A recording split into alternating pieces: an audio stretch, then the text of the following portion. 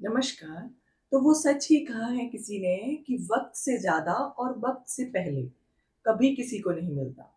इसलिए मेहनत पर विश्वास रखना सीखो और मेहनत करना सीखो। तो फ्रेंड्स, मैं सरोज स्वागत करती हूँ आपका आज की इस क्लास में। और आपको पता है हम जो है वो कर रहे हैं सी टैट की प्रिपरेशन। ठीक है, सी टैट। और अगर आप एचपीटीजीटी कमीशन की प्रिपरेशन कर रहे हो तब भी आपके लिए ये वीडियो जो है वो बहुत ज़्यादा इम्पॉर्टेंट है, क्योंकि आज की जो वीडियो है इसमें हम पढ़ेंगे एसएसटी प्लस जीके। ठीक है, वही हम जो है इन क्लासेस के जरिए हम पढ़ रहे हैं, क्योंकि मैक्सिमम क्वेश्चंस जो हैं वो इसी टॉपिक से आते हैं। बहुत सारे क्वेश्चंस पूछे जाते हैं और बहुत सारे क्वेश्चंस हमें पता होते हुए भी हम जो है वो एग्जाम हॉल में गलत करके आ जाते हैं। तो चलिए आज बात करते हैं इन्हीं क्वेश्चंस की जो बहुत ज़्यादा इम्पोर्टेंट है और बहुत ज़्यादा बार एग्जाम में पूछे भी जा चुके हैं, यानी कि ये पीवाईक्यू भी हैं।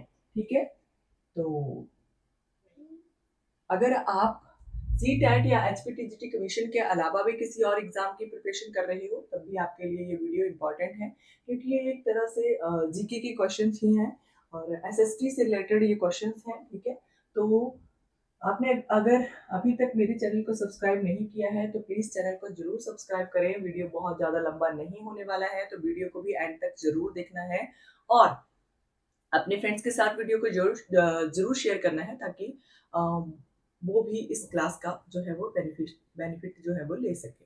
चलिए शुरू करते हैं हम आज की ये क्लास।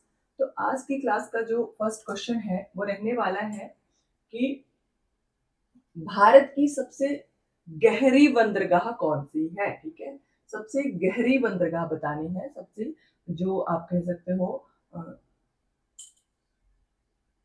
एक बंदरगाह बतानी है जो सबसे गहरी है। ठीक है, भारत की। ठीक है, तो उस बंदरगाह का नाम है गंगावरम बंदरगाह। ठीक है, गंगावरम बंदरगाह। और अगर आपसे पूछा जाता है कि भारत की सबसे गहरी बंदरगाह जो कि गंगावरम बंदरगाह है वो कहाँ पर है, भारत में ये कहाँ पर है, तो ये पड़ती है आंध्र प्रदेश में। ठीक है, आंध्र प्रदेश में ये बंदरगाह है और ये भारत की सबसे गहरी बंदरगाह है। ठीक है, तो ये भी आपने याद रखना है, जीके का क्वेश्चन है ये। चलिए नेक्स्ट क्वेश्चन की बात करते हैं। तो नेक्स्ट क्वेश्चन है कि भारत देश के नए उपराष्ट्रपति का नाम बताओ। तो ये करंट अफेयर का क्वेश्चन है। ठीक है, आपको पता है जो हमारे भारत के उपराष्ट्रपति थे श्री जगदीप धनखड़ जी, उनके द्वारा जो था वो इस्तीफा दे दिया गया था किसी कारण की वजह से। तो अब जो था वो उपराष्ट्रपति के लिए चुनाव हो रहे थे। तो अब जो नए उपराष्ट्रपति बने हैं वो कौन है, वो है सीपी राधा कृष्णन। ठीक है, क्या नाम है इनका, सीपी राधा कृष्णन। ठीक है, तो ये भारत के 15वें नंबर के ये उपराष्ट्रपति बने हैं। और अगर आपसे पूछा जाता है कि ये जो राष्ट्रपति हैं ये पहले क्या थे, ये जो अभी हमारे उपराष्ट्रपति, सॉरी राष्ट्रपति बोल रही हूँ मैं, उपराष्ट्रपति जो बने हैं ये हमारे, तो ये पहले क्या थे, तो ये थे महाराष्ट्र के राज्यपाल। ठीक है, कहाँ के, महाराष्ट्र के ये राज्यपाल थे पहले। अब और अब जो है ये भारत देश के उपराष्ट्रपति जो है वो चुने जा चुके हैं। ठीक है, चलिए बात करते हैं नेक्स्ट क्वेश्चन की। नेक्स्ट क्वेश्चन है कि किस सिख गुरु ने खालसा पंथ की स्थापना की थी। तो पहले भी मैं इस क्वेश्चन को बहुत बार आपको बता चुकी हूँ कि खालसा पंथ की स्थापना करने वाले गुरु थे गुरु गोविंद सिंह। ठीक है, कौन थे, गुरु गोविंद सिंह जी थे और ये सिखों के 10वें गुरु थे। आपसे ऐसा भी पूछा जा सकता है कि कौन से ये गुरु थे, तो ये 10वें गुरु थे। ठीक है, गुरु गोविंद सिंह। और इन्हीं के द्वारा जो 5 क की अवधारणा थी वो इन्हीं के द्वारा शुरू की गई थी। और आपको पता है एक क्वेश्चन ये भी आता है सिख धर्म से रिलेटेड कि जो अमृतसर शहर है उसकी स्थापना किसने की थी। तो आपको मैं बता चुकी हूँ बहुत बार क्लासेस के जरिए ही कि जो अमृतसर शहर है उसको बसाया था गुरु रामदास जी ने, जिनको कि जो अकबर, मुगल बादशाह अकबर थे, उनके द्वारा जमीन जो थी वो भेंट के रूप में मिली थी और उसी जमीन के ऊपर जो था वो उन्होंने अमृतसर शहर को बसाया था। ठीक है, तो ये भी क्वेश्चन इंपॉर्टेंट है, याद रखना है आपने। और खालसा पंथ तो आपने याद ही रखना है कि गुरु गोविंद सिंह के द्वारा खालसा पंथ की स्थापना जो थी वो की गई थी। ठीक है, चलिए बात करते हैं नेक्स्ट क्वेश्चन की। नेक्स्ट क्वेश्चन है भारत के किस स्थान में रॉयल भूटान बौद्ध मंदिर का उद्घाटन किया गया है। तो ये भी करंट अफेयर का क्वेश्चन है, बहुत सारे आज की क्लास में करंट अफेयर आपको मिलने वाले हैं, क्योंकि करंट अफेयर पढ़ना भी बहुत ज्यादा जरूरी है, ठीक है। तो बिहार का ऐसा कौन सा स्थान है जहां पर रॉयल भूटान बौद्ध मंदिर जो है इसका उद्घाटन किया गया है, ठीक है। तो बिहार के राजगीर नामक स्थान पर, ठीक है, कहां पर, राजगीर नामक स्थान पर 4 सितंबर 2025 को ये उद्घाटन जो है वो किया गया है। ये बौद्ध मंदिर है, ठीक है। ये रॉयल भूटान बौद्ध मंदिर इसका नाम है, इसका उद्घाटन किया गया है। ये एकदम से मठ की भांति जो है इसका स्ट्रक्चर है, इसको बनाया गया है, ठीक है। तो ये भी आपने याद रखना है। 4 सितंबर 2025 को इसका उद्घाटन किया गया है। कई बार डेट भी पूछ ली जाती है कि कब ये इसका उद्घाटन किया गया या कब ये बनाया गया। तो चलिए, ये 4 सितंबर 2025 को इसका उद्घाटन हुआ और राजगीर में, बिहार के राजगीर में, ठीक है। नेक्स्ट क्वेश्चन है जीके का कि केरल का प्रसिद्ध त्योहार कौन सा है, ठीक है। तो आई होप ये क्वेश्चन तो बहुत ही ज्यादा आसान है, आपने त्योहार जो है वो सभी पढ़ लिए होंगे अभी तक। तो केरल का जो प्रसिद्ध त्योहार है वो है ओणम। अच्छा, ओणम में किया क्या जाता है? ओणम में किया जाता है कि जो पुरुष होते हैं उनके लिए जो है वो नौका प्रतियोगिताएं रखी जाती हैं। बहुत सारी नौकाएं लंबी लंबी, एक सांप की भांति, जिन नौकाओं की पूंछ जो है वो सांप की भांति बनाई जाती है, ऐसी नौकाएं लाई जाती हैं। और उसमें कम से कम 30-30, 40-40 पुरुष जो है वो बैठकर जो है वो चप्पू चलाते हैं और उन नौकाओं की दौड़ की जाती है, प्रतियोगिता की जाती है, ठीक है। तो ये पुरुषों के द्वारा किया जाता है। और अगर स्त्रियों की बात करें तो स्त्रियां घर पर रहकर ही जो है वो घरों को फूलों से सजाती हैं, ठीक है। और ऐसा माना जाता है, ओणम का त्योहार जो है ऐसा माना जाता है, जो राजा बलि थे वो, और उनको जो था वो श्री कृष्ण के द्वारा एक वामन रूप धारण करके जब 3 पग में सारी धरती मांग ली गई थी, तो जो वामन रूपी भगवान थे उनके द्वारा वरदान दिया गया था राजा बलि को कि अब आप एक साल में एक बार जो है वो अपनी प्रजा से मिलने आ सकते हो। तो ये कहा जाता है कि ये जो ओणम त्योहार है ये 10 दिनों का होता है, 10 से 12 दिनों का। तो इस दौरान जो है वो राजा बलि जो है वो धरती पर अपनी प्रजा से मिलने के लिए आते हैं, ठीक है। तो ये मान्यता है ओणम त्योहार से रिलेटेड। और अगर बिहू त्योहार की बात की जाए तो बिहू जो है वो असम का त्योहार है। अगर पंजाब की बात की जाए तो पंजाब में बैसाखी, लोहड़ी ये त्योहार मनाए जाते हैं। और हिमाचल की बात की जाए तो हिमाचल के भी बहुत ज्यादा प्रसिद्ध त्योहार हैं, जैसे लोहड़ी मनाई जाती है। और भी बहुत सारे, जैसे बाकी जो भी नेशनल इंटरनेशनल त्योहार हैं वो भी मनाए जाते हैं, ठीक है। तो बहुत ज्यादा सभी के त्योहार आपने ये पढ़ लेने हैं कि कौन सा त्योहार जो है वो कहाँ पर मनाया जाता है। एक पोंगल त्योहार आता है, वो तमिलनाडु का त्योहार है, ठीक है। तो ये सभी त्योहारों से रिलेटेड क्वेश्चन जितने भी बनते हैं ये आपने पढ़ लेने हैं, ठीक है। चलिए बात करते हैं नेक्स्ट क्वेश्चन की। नेक्स्ट क्वेश्चन भी इंपॉर्टेंट है। एक आपको पता है डे सेलिब्रेशन जो है वो पूछी ही जाती है एग्जाम में, ठीक है। तो ये जो नौसेना दिवस है ये कब मनाया जाता है, ठीक है। इंडियन नेवी नेवी डे, ठीक है, नेवी डे, ठीक है। नेवी डे कब सेलिब्रेट किया जाता है? तो नेवी डे सेलिब्रेट किया जाता है 4 दिसंबर को, ठीक है। 4 दिसंबर को नेवी डे जो है वो सेलिब्रेट किया जाता है, ठीक है। चलिए अगर बात करते हैं सेना दिवस की, ठीक है, यहाँ पर नेवी डे है और वहां पर होगा आर्मी डे, ठीक है। अगर आर्मी डे की बात की जाती है तो आर्मी डे जो है वो 15 जनवरी को सेलिब्रेट किया जाता है, ठीक है, 15 जनवरी, वो भी आपने याद रखना है। और अगर आपसे पूछा जाता है कि शिक्षक दिवस कब मनाया जाता है, तो हाल ही में अभी आपको पता है शिक्षक दिवस मनाया गया, तो 5 सितंबर को शिक्षक दिवस मनाया जाता है, ठीक है। बहुत सारे क्वेश्चन हैं जो आपको पता होने चाहिए। और ये डे सेलिब्रेशन जो है वो आपको पक्का ही याद होने चाहिए। अभी एक डे और आने वाला है 14 सितंबर को, हिंदी दिवस। पर वो हिंदी दिवस जो है, अब हाँ नेक्स्ट क्वेश्चन हमारे इसी से रिलेटेड है, तो चलिए बात करते हैं नेक्स्ट क्वेश्चन की। नेक्स्ट क्वेश्चन में पूछा गया है कि विश्व हिंदी दिवस जो है वो कब मनाया जाता है। अब यहाँ पर वर्ल्ड वाइड ये पूछा गया है, ठीक है। वर्ल्ड हिंदी डे, ठीक है, वर्ल्ड हिंदी डे ये पूछा गया है। तो वर्ल्ड हिंदी डे जो है ये 10 जनवरी को मनाया जाता है। कब मनाया जाता है? ये 10 जनवरी को मनाया जाता है। अगर हम बात करते हैं नेशनल हिंदी डे की, ठीक है, भारतीय हिंदी दिवस कब मनाया जाता है? भारत का के लिए हिंदी दिवस जो मनाया जाता है वो मनाया जाता है 14 सितंबर को, ठीक है। 14 सितंबर को ये नेशनल हिंदी डे मनाया जाता है। और अगर विश्व हिंदी की दिवस की बात करें तो ये 10 जनवरी को मनाया जाता है, ठीक है। तो बहुत सारे क्वेश्चंस इन डे से सेलिब्रेशन से पूछे जाते हैं और पूछे भी जा चुके हैं। जैसे 8 मार्च का दिन है, 8 मार्च को अंतर्राष्ट्रीय है महिला दिवस मनाया जाता है, ठीक है। बहुत सारे क्वेश्चन हैं जो आपको याद होने चाहिए। योगा डे और युवा दिवस, बहुत सारे क्वेश्चन हैं, ठीक है। तो ये आपने पढ़ लेने हैं एक बार। नेक्स्ट क्वेश्चन की बात करती हूँ मैं। तो नेक्स्ट क्वेश्चन है कि भारत का जो ऐसा कौन सा राज्य है जो कोयले का सबसे बड़ा उत्पादक है? भारत का राज्य बताना है जो कोयले का सबसे बड़ा उत्पादन करता है, ठीक है? तो भारत का झारखंड राज्य जो है, ये कोयले का सबसे बड़ा उत्पादक राज्य है। अगर बात की जाए कि कौन-सा देश है, ठीक है? वर्ल्ड वाइड अगर पूछा जाए कि ऐसा कौन-सा देश है जो कोयले का सबसे ज़्यादा उत्पादन करता है, तो वो है चीन, ठीक है?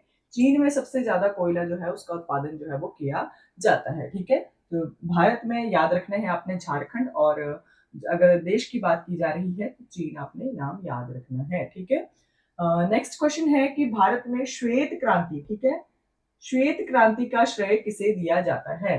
तो श्वेत क्रांति आपको पता है दूध से रिलेटेड थी, ठीक है? तो ये श्वेत क्रांति का श्रेय जो है वो भारत में किसे दिया जाता है? ये दिया जाता है डॉक्टर वर्गीस कुरियन को, ठीक है? डॉक्टर वर्गीस कुरियन जो थे, इनके द्वारा भारत में श्वेत क्रांति जो थी वो लाई गई थी, या इनको भी श्रेय दिया जाता है, ठीक है? चलिए बात करते हैं नेक्स्ट क्वेश्चन की। सभी क्वेश्चन बहुत ज्यादा इंपॉर्टेंट है, अगर आप नोट्स बनाते हो तो इन क्वेश्चंस को जरूर नोट डाउन कर लें और जरूर याद कर लें, ठीक है? चलिए बात करते हैं इस क्वेश्चन की। तो इसमें पूछा गया है कि चंद्रताल झील कहाँ पर है? तो चंद्रताल जो झील है ये लाहौल स्पीति में है, और ये लाहौल स्पीति जो है ये कहाँ पर है? ये है हिमाचल प्रदेश में, ठीक है? हिमाचल प्रदेश के लाहौल स्पीति में चंद्रताल और सूरजताल दोनों ही झीलें जो है यहीं पर लोकेटेड है, ठीक है? चलिए बात करते हैं अगले क्वेश्चन की। तो अगला क्वेश्चन है कि भारत का एक अन्य नाम, महाभारत का एक अन्य नाम है। महाभारत आपको पता है हमारा जो है एक काव्य, एक आप कह सकते हो पवित्र काव्य कह सकते हैं हम। जैसे रामायण है, महाभारत है, इनसे रिलेटेड बहुत सारे क्वेश्चन बनते हैं, ठीक है? तो कई बार इनके रचनाकर्ताओं का नाम पूछा जाता है कि किसके द्वारा इनकी रचना की गई है। रामायण का तो आपको पता ही होगा, वाल्मीकि जी के द्वारा रचना की गई थी। और अगर महाभारत की रचना के बारे में पूछा जाता है तो व्यास जी जो थे, वेद व्यास जी, उनके द्वारा जो था वो महाभारत की रचना की गई थी। और यहाँ पे क्वेश्चन में पूछा गया है कि महाभारत का एक अन्य नाम था। तो महाभारत का अन्य नाम था शत सहस्त्री, ठीक है? शत सहस्त्री। और शत सहस्त्री इसे क्यों कहा जाता था? क्योंकि इसमें लगभग 1 लाख श्लोक थे, ठीक है? लगभग 1 लाख या 1 लाख से ज्यादा श्लोक हैं इसमें, तो इसलिए इसको शत सहस्त्री नाम जो है वो दिया गया है, ठीक है? तो महाभारत का नाम एक दूसरा नाम ये भी है शत सहस्त्री, ये भी आपने पढ़ लेना है। महाभारत की रचना जो है वो वेद व्यास जी के द्वारा की गई है, और महाभारत में लगभग 1 लाख से ज्यादा श्लोक पाए जाते हैं, ठीक है? चलिए बात करते हैं अब नेक्स्ट क्वेश्चन की। इंपॉर्टेंट है सभी क्वेश्चन। तो ये क्वेश्चन जो है ये हिस्ट्री से रिलेटेड आ रहा है, एसएसटी हिस्ट्री से रिलेटेड ये क्वेश्चन आ रहा है। यहाँ पे पूछा गया है कि जो तांत्या टोपे थे इनका वास्तविक नाम क्या था? तो सबसे पहले तो आपको ये पता होना चाहिए कि तांत्या टोपे थे कौन। तो जो तांत्या टोपे थे ये 1857 की जो क्रांति थी, सबसे इंपॉर्टेंट, जिसे हम प्रथम स्वतंत्रता संग्राम कहते हैं या स्वतंत्रता की प्रथम लड़ाई कहते हैं, ठीक है? उसमें जो ये एक क्या थे, ये एक आप कह सकते हो एक महान नायक थे उस क्रांति के, ठीक है? तो ये तांत्या टोपे जो थे इनका वास्तविक नाम क्या था? इनका जो ओरिजिनल नेम था वो क्या था? तो इनका नेम था रामचंद्र पांडुरंग टोपे, ठीक है? क्या नाम था? रामचंद्र पांडुरंग टोपे, ठीक है? और इनका अगर जन्म पूछा जाता है तो 1814 में इनका जन्म हुआ था, और महाराष्ट्र में इनका जन्म जो था वो हुआ था, ठीक है? तांत्या टोपे जी का जन्म जो था वो 1814 में महाराष्ट्र में हुआ था। इनका पूरा नाम जो था वो रामचंद्र पांडुरंग टोपे था, ठीक है? इनको तांत्या टोपे जो था वो कहा जाता था। अच्छा, एक बात और याद आ रही है अभी, तो एक क्वेश्चन और याद आ रहा है कि जो पंजाब केसरी की उपाधि थी वो किसे प्राप्त थी? तो पंजाब केसरी आपको पता है लाला लाजपत राय को कहा जाता था, ठीक है? तो ये सभी क्वेश्चन आपने याद रखने हैं।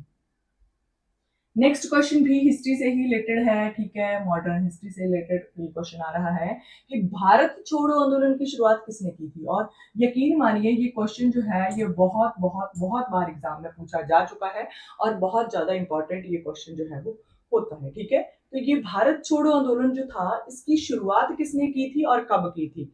ये क्वेश्चन बहुत बार एग्जाम में पूछा जाता है।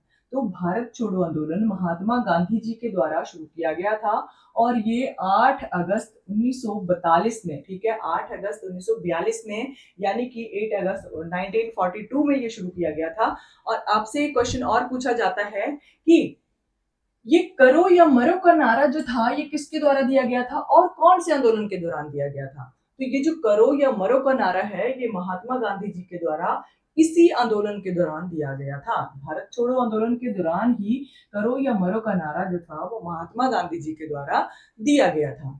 ठीक है, चलिए बात करते हैं अगले क्वेश्चन की। नेक्स्ट क्वेश्चन है कि विश्व का सबसे ऊंचा क्रिकेट ग्राउंड कहां पर है।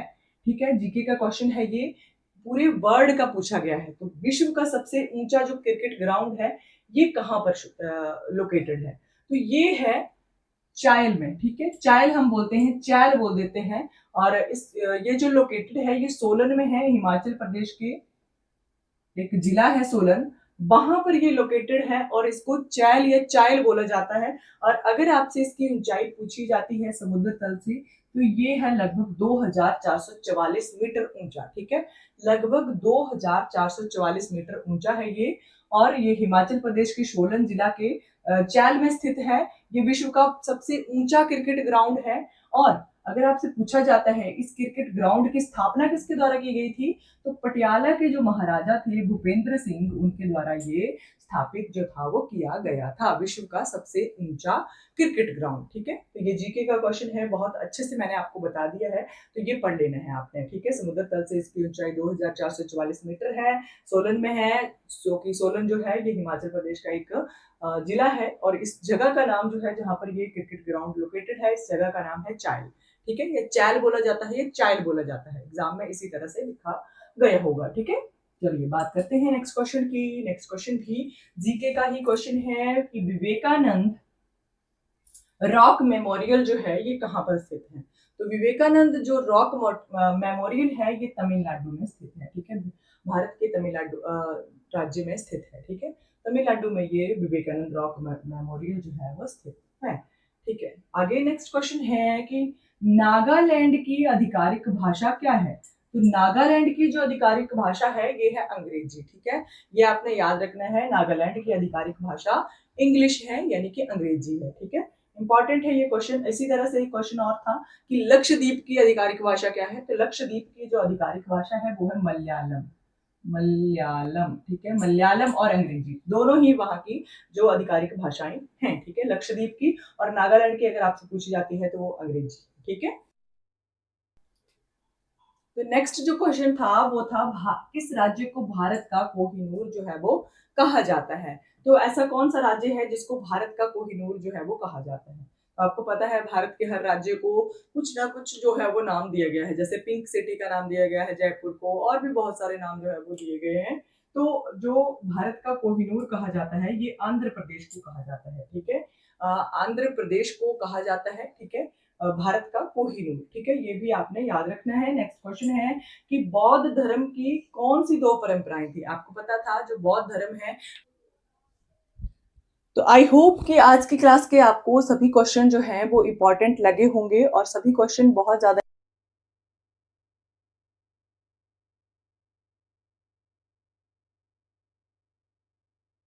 है कि आपको मेरी क्लास जो है वो कैसी लगी।